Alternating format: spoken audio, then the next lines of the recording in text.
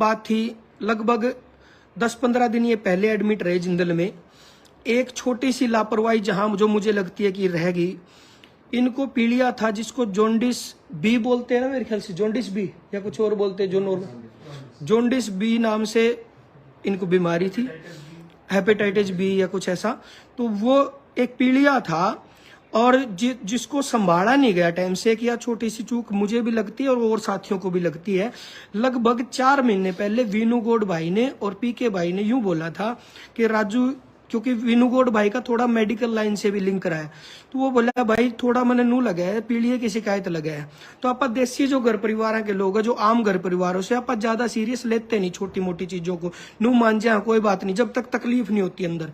तो राजू भाई भी मस्ती वाले आदमी थे, नु बोले भाई कोई दिक्कत कोई नहीं, बोला मैं ठीक हूँ, खाम का डॉक्टर का जाऊंगा दिखाऊंगा कि मैं बता देगा और टेंशन हो जाएगी। तो उस चीज को संभाला नहीं टाइम से और बहुत लेट संभाला।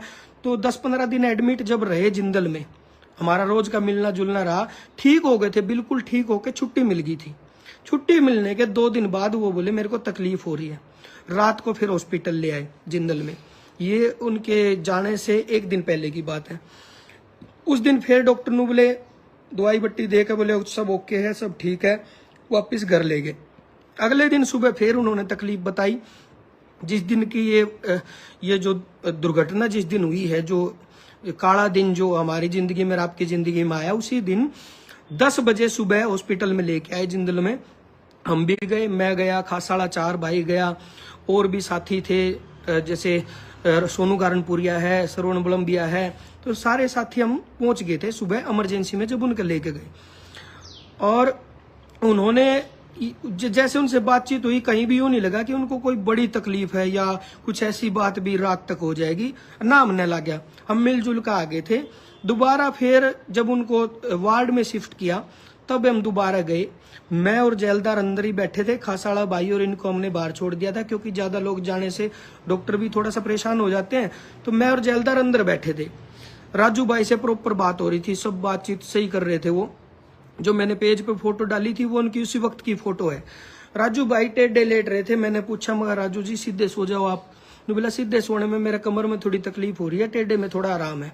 लेटे रहे, थोड़ी देर बाद बोले मेरे को एक बार बैठा दो। जैसे हम बैठाने लगे वो बैठ तो गए और 10 सेकंड बाद यूं बोले सांस नहीं आ रहा मेरे को, तो वापस लेट गए। डॉक्टर आए, डॉक्टर से मैंने भी बात करी जी सारी तकलीफ क्या क्या है, क्या क्या चीजें।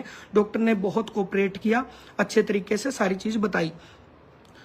उसके बाद राजू की मिसेज हमारी भाभी जी, वो थोड़ी सी अपसेट हो रही थी, ममता भाभी।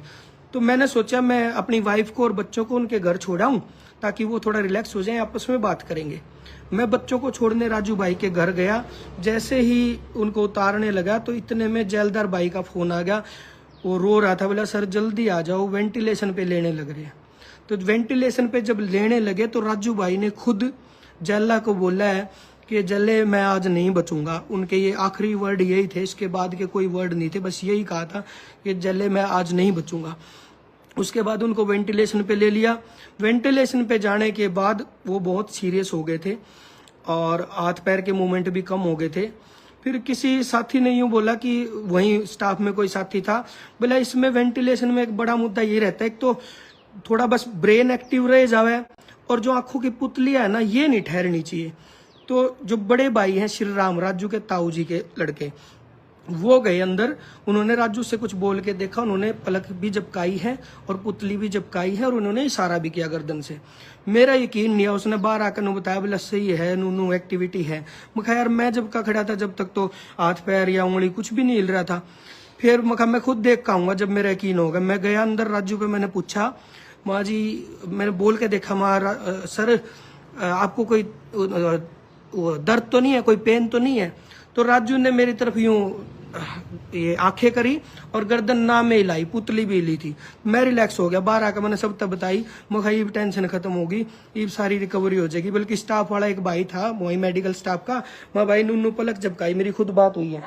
तो उन्होंने बोला फिर ठीक है, बोले अगर पलक झपकाई हर बात हुई है तो फिर ज्यादा तकलीफ वाली बात है नहीं। लेकिन बस ये आखिरी था जो ये पलक झपकाई और इशारा किया, उसके बाद आंखें भी ठहर गई और ब्रेन ने काम छोड़ दिया।